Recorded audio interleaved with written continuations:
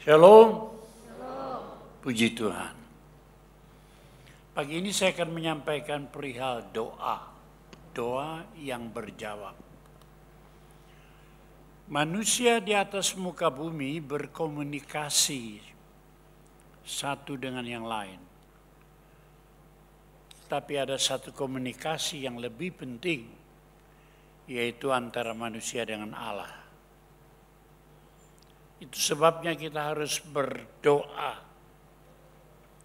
Ada banyak sekali doa yang dipanjatkan oleh manusia di atas muka bumi.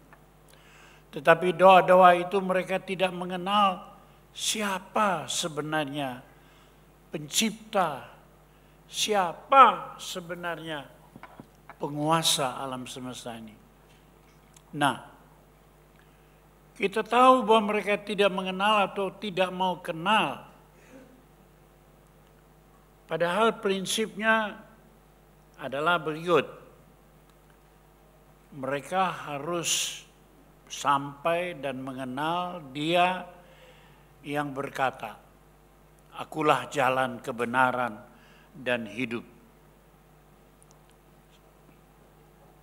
Akulah jalan kebenaran dan hidup.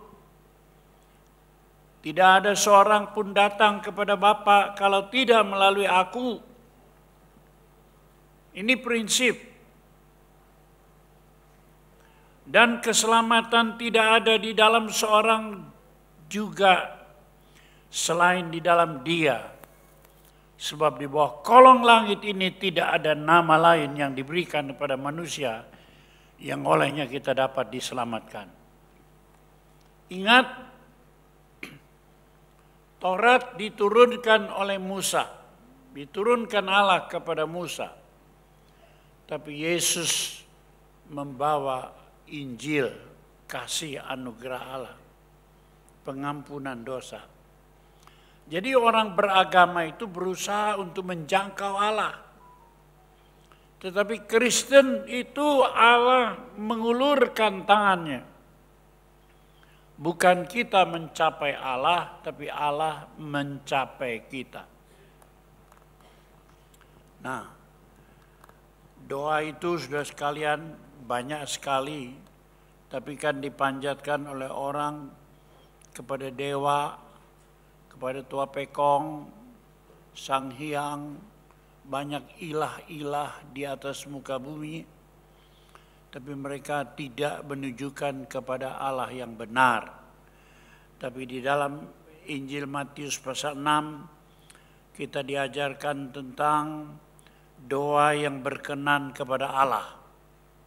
Yaitu doa yang diajarkan oleh Tuhan Yesus sendiri. Sebab itu sudah sekalian kita belajar dari Matius pasal 6, ayat 9 sampai 10 pertama. Bapa kami yang di sorga. Ini tujuan doa. Bapa itu artinya sumber segala-galanya. Sumber kehidupan. Pangkal dari semuanya. Pencipta langit dan bumi serta isinya, Dia, Bapa di sorga.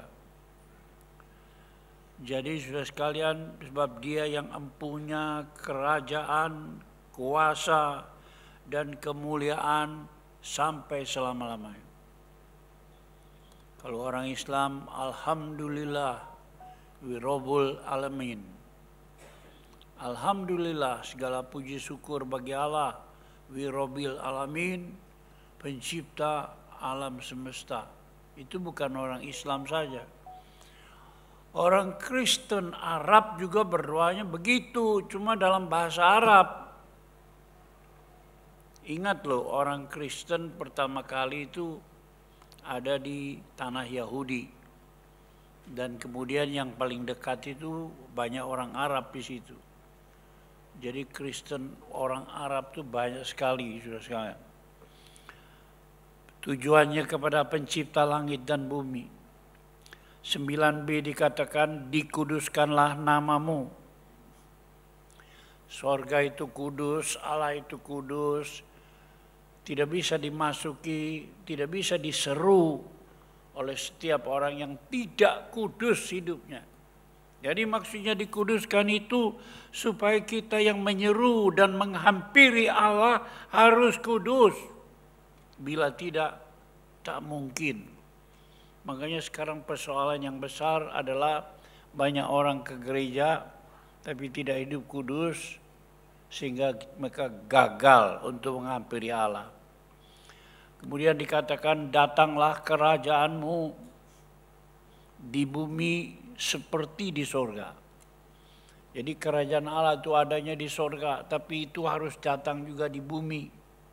Setiap makhluk, setiap manusia yang ada di bumi ini harus menerima kerajaan Allah. Dan Allah itu, Tuhan itu yang jadi raja. Coba saudara bangun pagi, apa yang nomor satu saudara kerjakan? Adakah saudara menghadap raja Tuhan kita? Atau langsung masak ke dapur? Atau langsung cari duit? Dia raja atas kehidupan kita. Jadilah kehendakmu di bumi seperti di surga. Jadi raja itu, maha kuasa itu, kehendaknya itu nomor satu. Sudah tahu dosanya manusia yang tidak disadari. Kehendak kita nomor satu. Kehendak aku nomor satu. Tanpa sadar kita merampas kekuasaan Allah. Kita merampas kehendak Allah. Tapi Yesus Kristus di Taman Getsemani, satu kali Bapa di surga menghendaki supaya dia memikul dosa umat manusia. Di situ Tuhan Yesus berdoa, Bapa jikalau boleh, jauhkan cawan itu daripadaku. Ya, lalu ia pergi kedua kalinya dan berdoa, katanya, Bapa, jikalau cawan ini tidak mungkin lalu kecuali apabila aku meminumnya, jadilah kehendakmu. Dosa manusia yang paling tidak disadari adalah ingin supaya kehendakku, kehendak manusia yang jadi. Ini sebabnya saudara sekalian, kita merasa diri kita ini menjadi raja. Kehendakku nomor satu. Tapi Tuhan Yesus mengajarkan bukan kehendakku yang jadi, biarlah kehendakmu ya Tuhan yang jadi. Kalau kita bisa berdoa itu, merendahkan diri kita menerima, bukan Kristen yang menyelamatkan, bukan gereja yang menyelamatkan, tapi Yesus yang menyelamatkan. Dan bergantung hubungan pribadi kita, hubungan kita pribadi kepada Dia. Bagaimana doa kita, bagaimana hati kita, bagaimana hidup kita. Itu sebabnya dalam Matius pasal 6 ayat 33, carilah dulu kerajaan Allah dan kebenarannya. Cari dulu Tuhan, cari dulu kerajaan Allah, cari dulu kebenarannya. Maka semuanya itu ditambahkan kepadamu. Hidup saya mulai umur 17 tahun penuh Roh Kudus. Sejak itu saya tidak terlalu peduli dengan urusan duniawi. 17 tahun saya sudah mulai melayani Tuhan. Pergi ke kampung-kampung, dari Malang ke Sukun 5 kilo, Malang ke Bulu Lawang 12 kilo naik sepeda. Dari Malang ke Tumpang 21 kilo naik sepeda. Malang ke Panjen 16 kilo naik sepeda. Terus mendampingi seorang pendeta muda. Saya tidak bisa bahasa Jawa, tapi belajar bahasa Jawa, kromo inggil. Monggo derek Gusti Yesus senangi. Menyanyi di kampung-kampung dalam bahasa Jawa, saudara sekalian. Sejak umur 17 tahun sampai sekarang 83 tahun hampir, saya tidak pernah berhenti supaya kehendak Tuhan jadi. Saya cari dulu kerajaan Allah dan kebenarannya.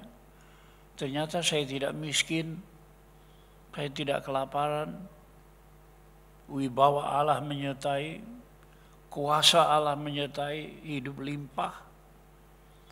Maka yang lain itu semuanya akan ditambahkan kepadamu. Apabila kita sudah berdoa dengan benar seperti yang diajarkan Tuhan Yesus, maka doa kita selanjutnya baru kita berpikir ayat 11. Mohon berkat keperluan hidup duniawi, terutama rezeki kita. Ya, ayatnya, berilah kami ya makanan kami yang secukupnya. Itu doa kita, rezeki kita. Jangan ini yang nomor satu. Cari dulu kerajaan Allah dan kebenarannya. Benar, masa nomor satu duit di sini. Cari duit, Tuhan tidak berkenan, dikasih penyakit, mati muda. Cari duit, dirampok orang. Cari duit, kebakaran.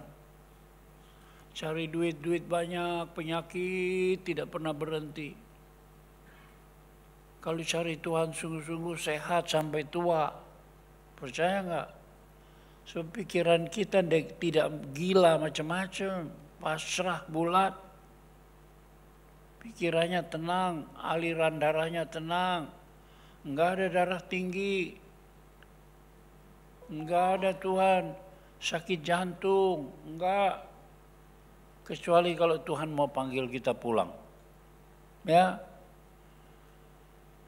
Itu sebabnya ayat 12 dikatakan, ampunilah segala kesalahan kami seperti kami mengampuni orang yang bersalah kepada kami. Itu pada ayat 12. Jadi sudah sekalian, kalau kita mengampuni orang, suka mengampuni orang, itu hidup paling tenang, paling damai, paling sejahtera. Enggak ada beban. Tapi orang yang paling suka mendendam, membenci, syirik, dengki, itu orang paling banyak penyakitnya. Ya, siapa tuh darah tinggi di sini? Nanti tanggal 31 ada laboratorium Prodia datang di gereja, ukur darah. Semua orang boleh gratis ukur darah di sini. Ya. Tapi dikasih nasihat, darahmu sekian-sekian. Kamu ini ketinggian, ini cukup. Lalu periksa darah, ambil. Kalau periksa darah itu bayar. Tapi ada potongan harga 20%. Itu diadakan pada kebaktian kedua. Kalau di sana bayar penuh, di sini bayar potong 20%. Ya, lebih murah dari Prodia nanti tanggal 31 akhir bulan. Itu segala macam penyakit datangnya itu karena sudah sekalian kita tidak mengampuni orang bersalah kepada kita. Dan ayat 14 dikatakan, kalau kamu tidak mengampuni kesalahan orang, maka Bapakmu yang di sorga juga tidak akan mengampuni dosamu. Jadi dosa yang banyak tersimpan dalam hati manusia itu adalah iri, dengki, dendam. Padahal Alkitab mengatakan orang yang membenci itu sama dengan membunuh. Orang membunuh itu sudah sekalian mulai dari benci, dendam, murka, bunuh. Jadi Alkitab bilang orang yang membenci itu sama dengan membunuh. Jangan membenci, boleh marah, jangan sampai matahari terbenam. Ya. Apalagi suami istri. Banyak memang ganjalan suami istri itu banyak. Saya sendiri suami merasakan istri banyak. Tapi kita enggak boleh dendam. Bawa dalam doa, minta ampun sama Tuhan. Dulu waktu muda saya, aduh Tuhan gak tahan. Punya istri macam begini. Gak tahan. Saya ajak dia ambil tikar, gelar samak, beber kloso, nangis di bawah kaki Tuhan. Saya peluk dia, tumpang tangan. Jangan cuma memarahin istri. Siapa di sini suka marah sama istri? Coba istrinya ngacung-ngacung. Kita lihat tuh. Nanti kita datangi suaminya. Berani memarahi istri, berani peluk, berani berdoa nggak? Membawa istrimu. Kalau nggak begitu saya tidak mungkin menikah panjang. Mei yang lalu saya di Surabaya syukur kepada Tuhan 59 tahun pernikahan. Kalau Tuhan panjangkan umur, nanti 27 Mei tahun ini, tahun depan, 27 Mei, saya married 60 tahun. Dan wedding, kawin berlian. Apa selalu tenang? Banyak badai, banyak gelombang, tapi saling mengampuni. Jangan ingat-ingat dosanya. Tadi pagi pukul 5 kurang 6 menit, saya pegang tangannya. Saya ingat banyak makan hati, berulam jantung. Tapi saya mesti mengampuni kesalahannya. Kira-kira 2-3 menit saya pegang, belum juga bangun. Saya gelitik tangannya aja. Jam 5 pas. Aku bilang jam 5, dia lihat jam. Jam 5, udah ya. Mesti bangun, mesti mandi, mesti cepat ke gereja. Sebab sekarang saya mesti absen di gereja. Ya, biar yang biasa ngabsen di sini, suaminya lagi sakit. Jadi Tante Julius yang absenin satu persatu. Bisa mengampuni istrimu, mengampuni suamimu, itu nomor 1. Ya, seperti kita mengampuni orang bersalah, sebab kalau kita tidak mengampuni dosa orang, maka Allah surgawi tidak akan mengampuni dosa kita. Baru ayat 13-nya lepaskan kami dari pencobaan dan segala sesuatu yang jahat. Ini bukan kemampuan kita untuk melepaskan dari yang jahat. Ya, seperti orang lagi enak-enak tidur, tiba-tiba orang Ukraina tiap enak-enak tidur, rumahnya hancur. Tapi kalau kita berdoa, lepaskan kami dari yang jahat. Ada Allah, ada Tuhan, ada malaikat yang melindungi kita. Sekalipun peluru, bom dan sebagainya berdesing, Tuhan jaga dan peliharakan kita, melepaskan kita. Sebab ada perlindungan Allah yang Maha Kuasa. Sebenarnya semua doa itu yang tertuju dalam nama Yesus pasti dijawab Tuhan. Tapi jawaban doa itu ada 3 macam. Pertama, Tuhan bilang no. Nomor 2, wait. Nomor 3, yes. Jadi nggak ada doa yang tidak berjawab, pada prinsipnya berjawab. Cuma jawabannya itu beda-beda. Ada yang bilang tidak. Lain kali Tuhan tunggu. Ada yang berjawab, yes, sekarang bisa. Itu macam-macam doa. No itu karena kita berdoa tapi salah. Kita berdoa itu salah. Kita bisa baca Yakobus 4 ayat 3.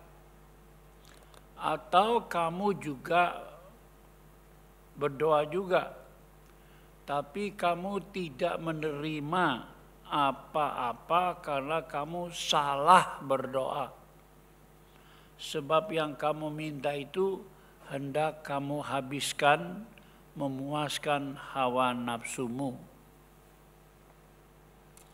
Tuhan, sampai sekarang saya tidak punya mobil, Tuhan. Kalau gereja susah, apalagi kalau hujan. Padahal hidupnya itu nggak ada hujan juga jarang ke gereja. Alasannya nggak punya mobil, Tuhan. Berilah saya mobil, Tuhan. Kedengarannya baik. Tapi maksudnya kalau sudah dapat mobil, malah hari Minggu nggak ke gereja. Kemana? Ke puncak. Kemana? Ke Lembang, ke Asia Afrika. Yang kamu minta itu kamu ingin habiskan menurut hawa nafsumu. Itu sebabnya doa kita tidak dikabulin. Ayat 4. Ya ayatnya. Hai kamu orang-orang yang tidak setia, tidakkah kamu tahu bahwa persahabatan dengan dunia adalah permusuhan dengan Allah? Senangnya dunia cari duit, senang-senang, poya-poya.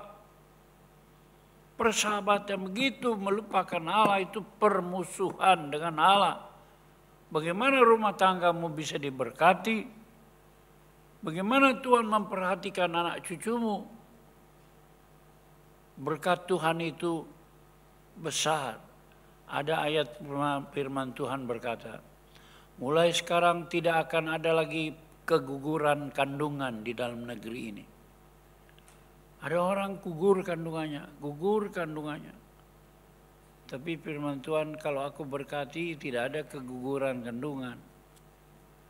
Tidak ada kehancuran hidup, rumah tangga kacau balau, enggak ada. Orang pikir berkat itu duit. Aduh, begitu duit datang,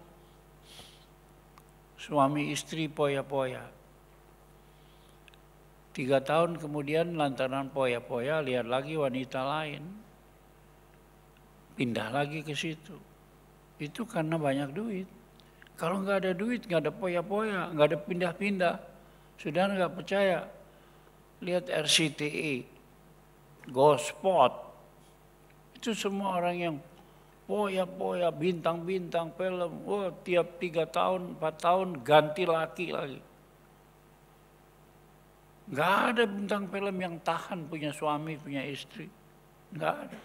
Sebab hidupnya poya-poya. Nah untuk itu Tuhan menunggu kita supaya kita berubah. Wait, tunggu sampai kamu berubah. Agar bukan kehendakmu yang jadi, tapi kehendak sesuai dengan firman Tuhan itu yang terjadi. Lakukan ini lebih dulu. Yakobus 4 ayat 7 dan 8 berkata begitu. Karena itu tunduklah kepada Allah dan lawanlah iblis, maka ia akan lari daripadamu. Siapa yang hidupnya dikuasai oleh iblis? Senangnya poya-poya, main-main, cabul-cabul. Lawan iblis. Bagaimana Tuhan bisa memberkati orang cabul? Orang yang tidak kudus. Mendekatlah kepada Allah, maka ia akan mendekat kepadamu. Tahirkan tanganmu, sucikan tanganmu, hei orang-orang berdosa. Sucikan hatimu, hei kamu yang mendua hati. Mencintai dunia, mencintai dosa, itu mendua hati. Sucikan tangan, sucikan hati kita. Kalau kita sudah demikian, baru Tuhan jawab, yes. Ada yang dijawab, no, tidak. Doanya tidak dikabulkan. Ada Tuhan bilang, wait, tunggu sampai kau menyesuaikan dirimu menurut kehendak Allah. Kalau sudah, baru Tuhan bilang, ya, inilah doa yang berjawab. Diberkati Tuhan karena kita hidup sesuai dengan jalan Tuhan. Makanya orang mesti baca Alkitab. Kristen gak cukup, gereja gak cukup. Kita baca Alkitab sebab kita di situ kita akan lihat jalan Tuhan itu kemana. maunya Tuhan bagaimana. Lalu kita berdoa supaya Roh Kudus memberi kekuatan supaya kita tahu jalan Tuhan, tapi juga mampu menjalaninya. Ini pengetahuan dari Alkitab, kemampuan dari Roh Kudus. Mampu berjalan bersama-sama. Kisah 13 kita melihat Tuhan senang. Aku telah mendapat Daud bin Isai, seorang yang berkenan di hatiku dan yang melakukan segala kehendakku. Tuhan bilang, aku berkenan akan si A, aku berkenan akan si B, sebab ia menyenangkanku dan melakukan kehendakku. Ini pilihan Tuhan. Jadi saudara sekalian, kita mesti belajar doa Bapa kami, kemudian belajar berdoa yang lain.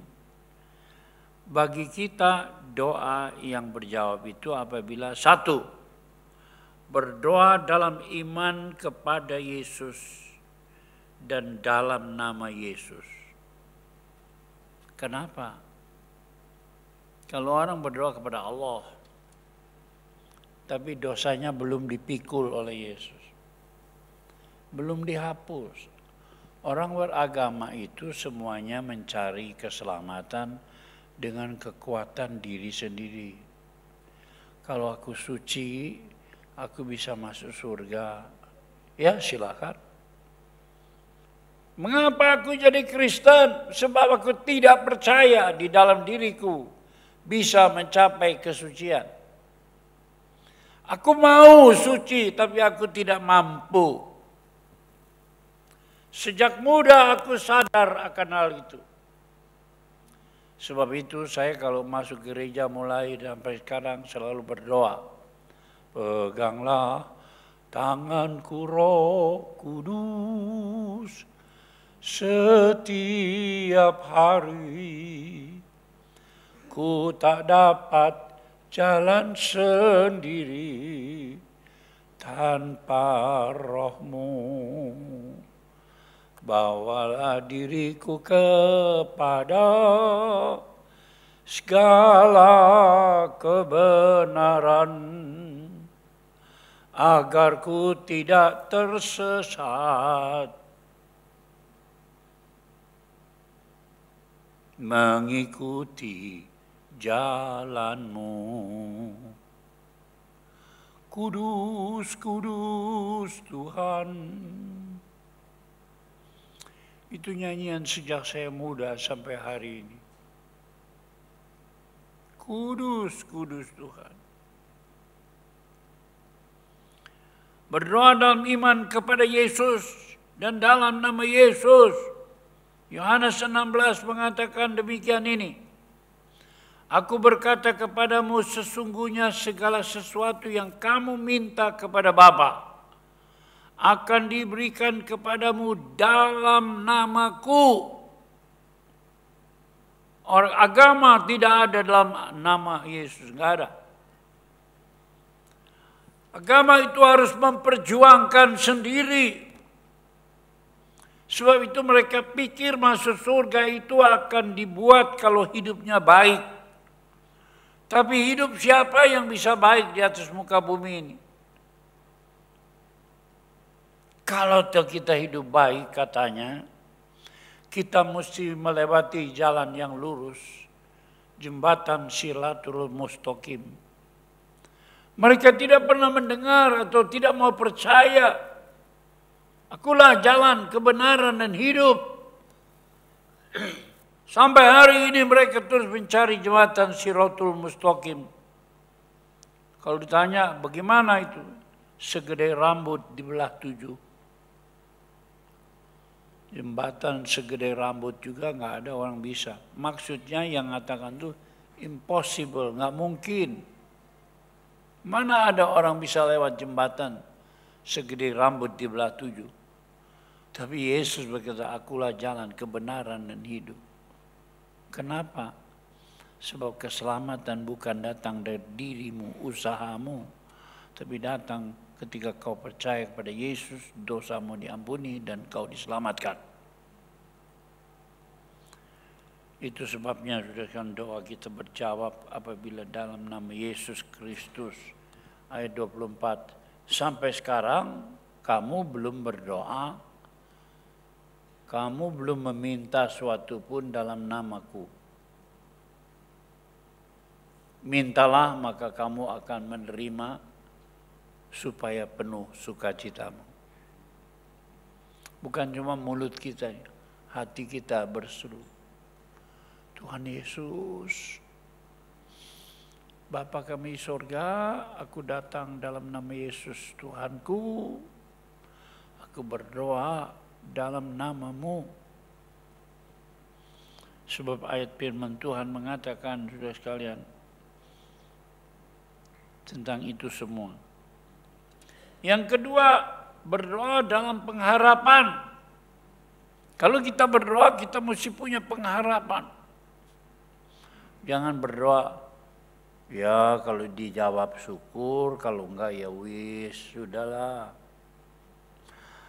Kita mesti punya pengharapan yang kuat. Percaya doa kita bisa berjawab karena Allah berjanji. Itu sebabnya harus ada usaha yang nyata, usaha yang spesifik khusus. Penuh kesabaran seperti Abraham berdoa. Abraham itu sudah tua, enggak punya anak. Tapi Tuhan janji bahwa keturunanmu akan banyak sekali seperti pasir di pantai laut banyaknya. Lihatlah ke atas, hitunglah bintang. Nah, anak cucumu akan banyak seperti bintang di langit. Sampai tua umur 100 tahun, sudah sekalian, belum punya anak.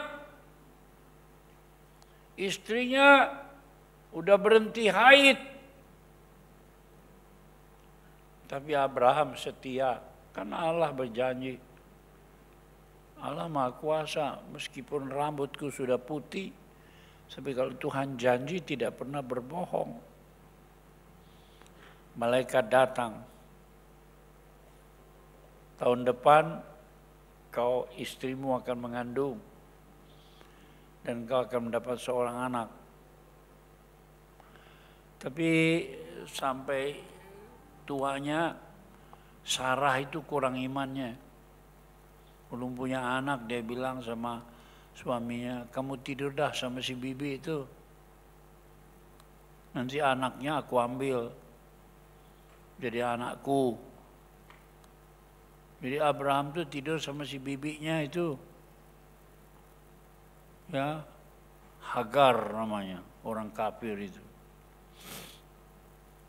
Bunting beranak namanya Ismail. Ismail itulah yang menurunkan orang-orang Arab. Nah, tanggal 10 minggu depan itu akan ada Idul Kurban. Katanya yang dikurbankan itu oleh Abraham itu adalah Ismail. Ya, dia bela agamanya. Tetapi sudah sekarang Alkitab itu tua sekali. Abraham itu ya disuruh mengorbankan anaknya bernama Ishak. Itulah yang dikorbankan di Bukit Moria. Dengan sabar.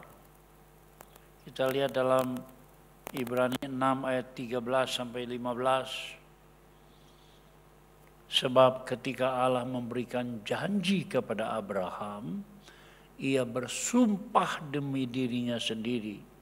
Karena tidak ada orang yang lebih tinggi daripada Allah, dia bersumpah untuk dirinya sendiri. Terus katanya, sesungguhnya aku akan memberkati engkau berlimpah-limpah dan akan membuat engkau sangat banyak.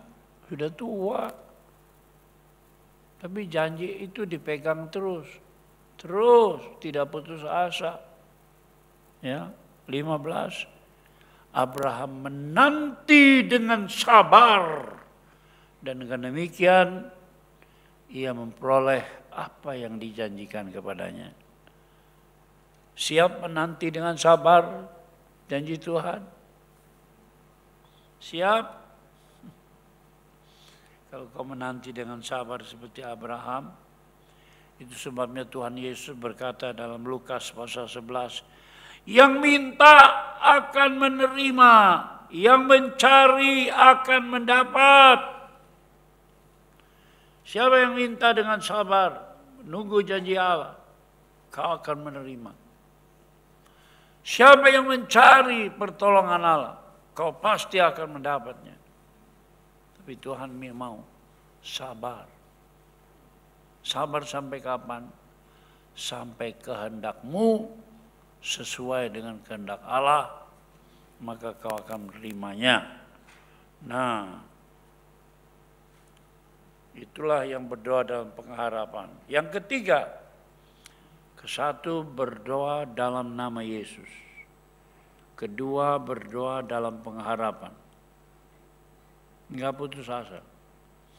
Ketiga, berdoa sambil bersuka cita dan mengucap syukur. Siapa yang berdoa belum berjawab terus ngomel, terus marah, doa deh. Mesti lu tahun doa dah. 1 Tesalonika 5 ayat 16-18. Bersukacitalah senantiasa. Kenapa bersukacita? Sebab kita percaya Allah itu baik. Dan Tuhan tidak melanggar janjinya. Aku tunggu aja. Tetaplah berdoa. Tunggu. Mengucap syukur dalam segala hal. Ini 3 perkara. Tetap berdoa, bersukacita, mengucap syukur. Abraham itu diminta anaknya dikurbankan. Sampai tua nggak punya anak. Sudah punya anak 1, remaja diminta untuk disembelih, dikurbankan sebagai kurban bakaran. Tapi Abraham tetap bersukacita. Saya pikir kenapa Abraham ini aneh sekali. Tapi saya baca Alkitab terus. Kenapa Abraham, anak satu-satunya perjanjian, diminta untuk disembelih, untuk disampaikan kurban bakaran, tapi dia tetap sukacita. Kenapa? Saya temukan jawabannya dalam Ibrani. Sebab dia percaya sekalipun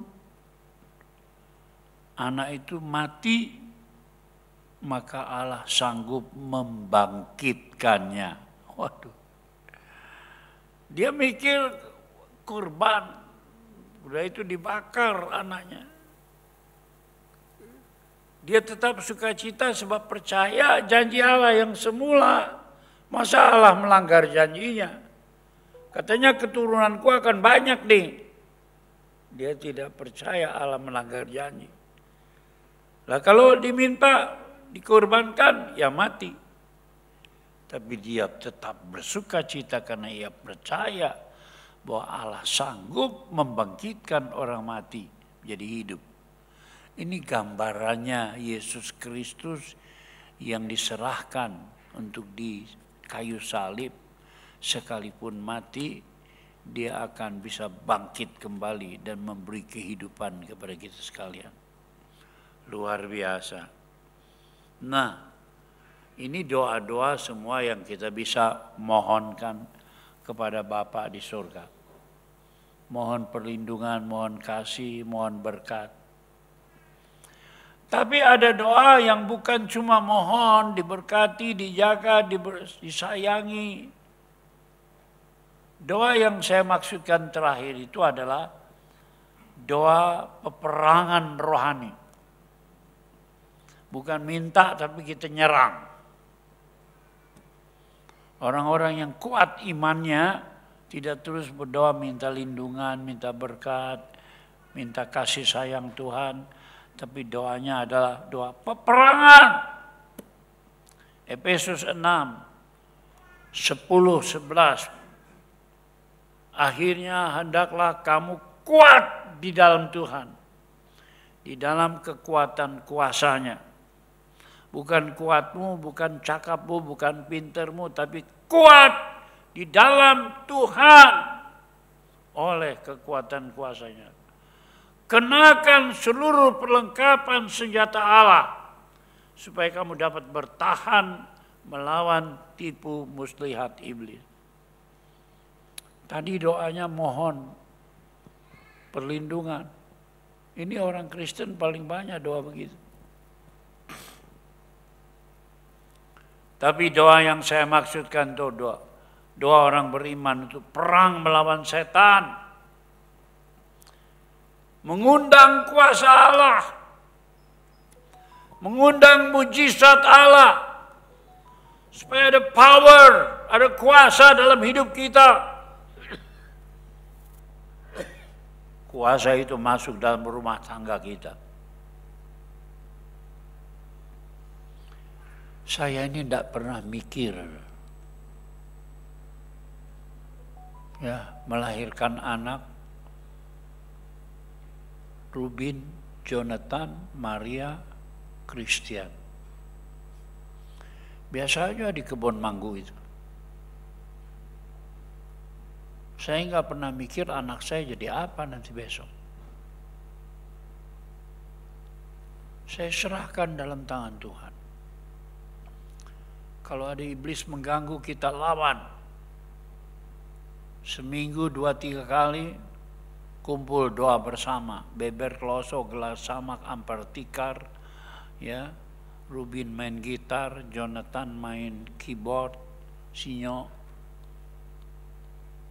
Kita semua menyanyi, doa bergiliran. Itu di meja makan kita selalu berdoa bersama. No Bible, no breakfast. Kalau tidak baca Alkitab, tidak breakfast. No Bible, no nasi goreng. Kelihatannya sederhana itu ya. Kita nggak ada sarapan nasi goreng kalau nggak baca Alkitab.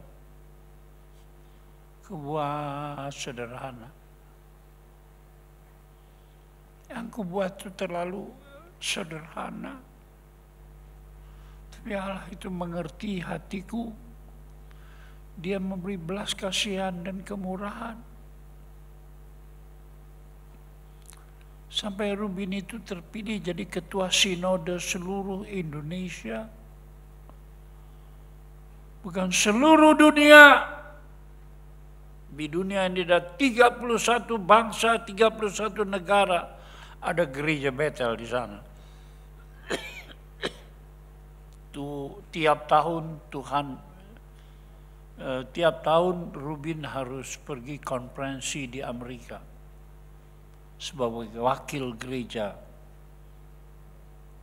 gabungan Church of God dan gereja Bethel Indonesia. Enggak pernah saya mikir Sinyo jadi dokter, tapi dia tidak dokter yang nyuntik itu, enggak. Jadi perwakilan perusahaan Swedia keliling dunia. Baru saja rapat lebih dari 2 minggu di Swiss. Temannya dokter di Bandung, Dr. Roland bilang, beritahu sama Sinyo, boleh ke Swiss tapi jangan berenang di Sungai Ar, nanti hilang. Saya lagi berobat Dr. Ronald. Dia bilang pesan gitu sama Nyok, nggak boleh berenang di Sungai Ar. Maria di Singapura juga melayani Tuhan. Christian, waduh, si bungsu dagang obat. Rajin ke gereja, main musik untuk gereja. Tuhan itu baik. Apa yang ku buat sedikit, tapi yang dia buat padaku banyak. Lakukan itu kepada Tuhan. berikan waktumu, tenagamu, pikiranmu. Siapa yang mau ikut perintah Tuhan, kalau ada orang sakit doakan. Nggak usah pakai panggil-panggil hamba Allah. Kasihan Pak Pendeta, itu bukan untuk mendoakan orang sakit. Kita dikerahkan, pendeta itu komandannya, anak buahnya untuk mendoakan orang sakit. Kita semua bangkit bagi Yesus, masuk doa peperangan. Nanti ada kuasa Allah menyertai kita. Kita lihat Elia berdoa. Pada waktu Israel kekeringan, tidak turun hujan. Lalu Elia mengadakan pertandingan. Ayo persembahkan lembu sapi. Bakar oleh api yang turun dari dewamu. Jadi dewa Baal, orang Israel waktu itu nyimpang karena bininya Raja Ahab itu namanya Isabel, orang kafir, bawa dewa Baal. Jadi seluruh bangsa Israel nurut. Makanya jadi suami nggak boleh lemah-lemah ya. Bininya diturutin sampai seluruh bangsa Israel menyembah Baal. Tapi Elia mau berdiri, ayo kita adakan pertandingan.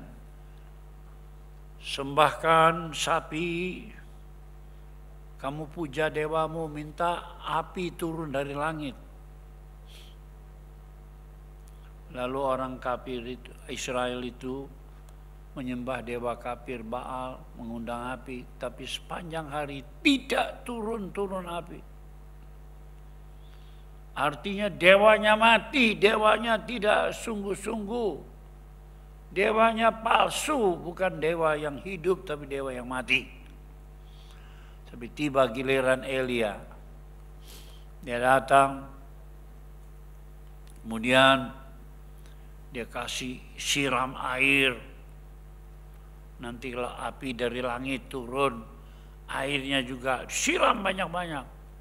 Untuk membuktikan bahwa Allahku Allah yang berkuasa. Dan itu sebabnya saudara-saudara, setelah dia berdoa, doanya macam apa? Ayat 37-38 dari 1 Raja-Raja 18. Jawablah aku Tuhan, jawablah aku, supaya bangsa ini mengetahui bahwa Engkaulah Allah ya Tuhan. Engkaulah yang membuat hati mereka tobat kembali. Lalu turunlah api Tuhan menyambar habis kurban bakaran, kayu api, batu, dan tanah itu. Bahkan air yang di dalam parit itu pun habis dijilat api. Supaya bangsa ini tahu Engkau Allah yang Maha Kuasa. Agar mereka kembali bertobat dan memuja Allah. Ada banyak orang melayani. Ingat, pelayanan itu bukan buat kehebatan kita, gengsi kita.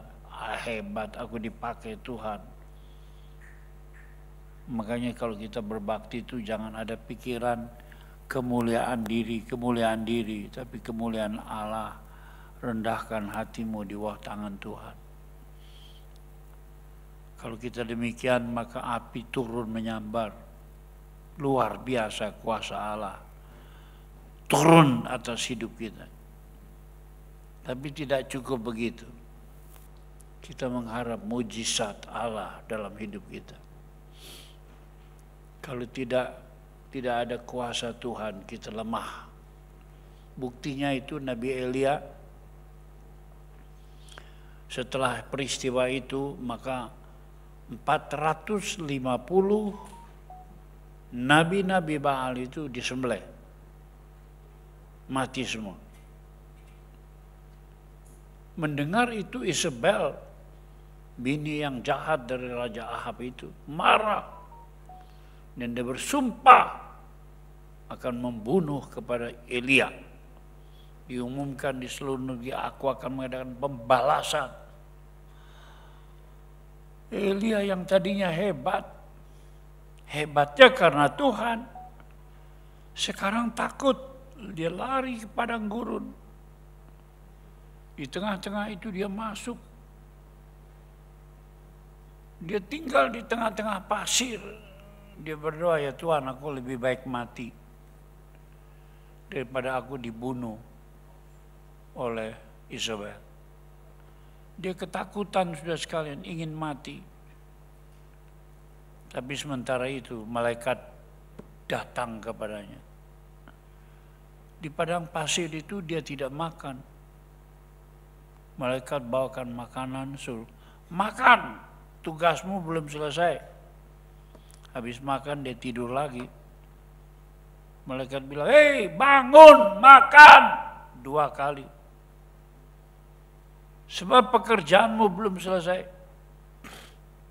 Dia ketakutan, pingin mati, runtuh semangatnya. Tapi Tuhan bangunkan dia. Tuhan kasih kekuatan, kasih makan, ya. Lalu kemudian dia berjalan 40 hari, 40 malam. Terus dituntun kemana?